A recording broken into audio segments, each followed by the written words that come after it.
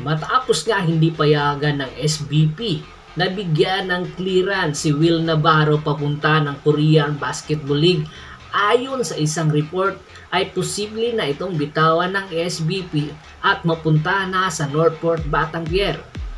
Matatandaan, ang Northport Batangier ay meron rights kay Will Navarro sapagkat ang Northport Batangier ang nag-drop dito sa Gilas Pilipinas Special Draft na kung saan hinihintay na lang ng Northport Batangier na ma-expired ang kontrata ni Will Navarro sa SBP, pero po pwede na itong bigyan ng clearance papunta sa Northport Batangier kasi karamihan sa mga class or draftee na nakasama ni Will Navarro ay naglalaro na sa PBA. Tanging si Will Navarro na lang ang nag-iisang nakapirma at hindi pa naglalaro para sa Northport Batangier. Kaya naman inaasahan sa paparating or sa kasalukuyang Commissioner Cup, kung sakaling mabigyan na ng clearance si Will Navarro ay maglalaro na ito sa Northport Batangier at mapupunan neto ang pagkawala ni Jamie Malonzo dahil itong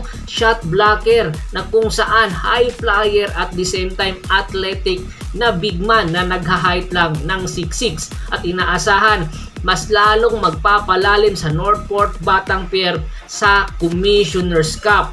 At hindi lang ito ang posibleng magbago sa lineup ng Northport Batangier. Ayon sa isang report at sa ating kuliglig, posible dahil nga sa hindi pagiging consistent ng veteranong si Kevin Ferrer na bataan ni Coach Pido Harencio, ay posible na itong ilagay sa trading block ng Northport Batangier. Matatandaan, nakuha nga ng Northport Batangier si Kevin Ferrer sa package sa isang blockbuster trade kay Stanley Pringle.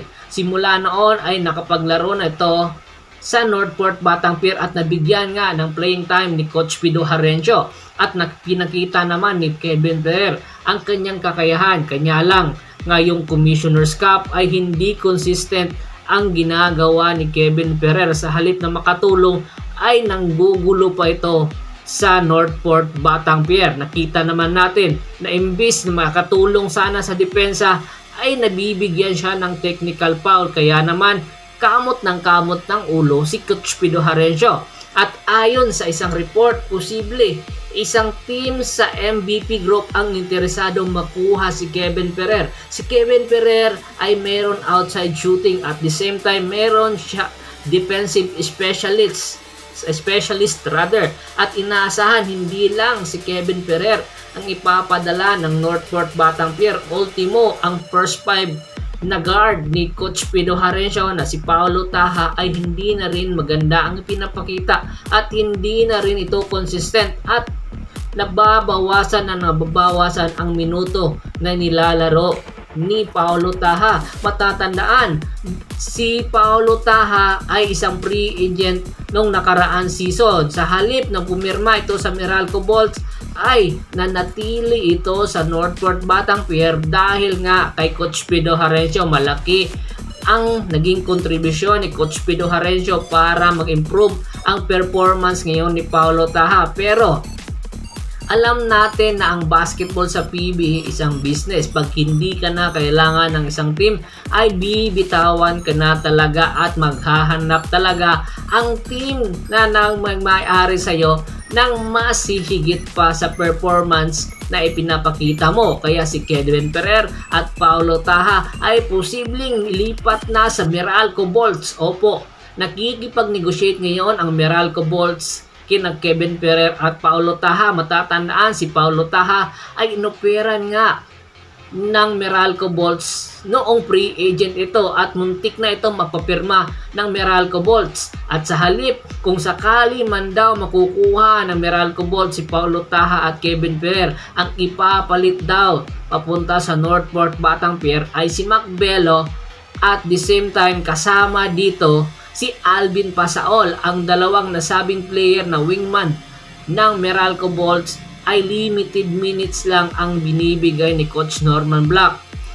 Si Mac Belo na dating Gilas player ay hindi na nakikitaan ng minuto sa Meralco Bolts. Samantala, si Elvin Pasaol noong naging head coach or interim coach si Luigi Trillo sa nakaraan All Filipino Cup. Binigyan ito ng minuto at nagpakita. Kaya naman inaasahan kung hindi man lang daw bibigyan ng minuto uli ni Coach Norman Black si Alvin Pasaol, ay posibleng isama na ito sa package, which is malaki ang maitutulong nito sa Northport Batanguer bilang energy guy. At the same time, lalong lalalim ang lineup ng Northport Batanguer dahil ang dalawang nasabing player na si Pasaol at si Bello ay pawang mga outside shooter at magkakaroon talaga ito ng minuto sa Northport sa ilalim ni Coach Pedro Harencio. Samantala, si Kevin Ferrer naman at Paulo Taha, mas lalong lalalim din ang wingman position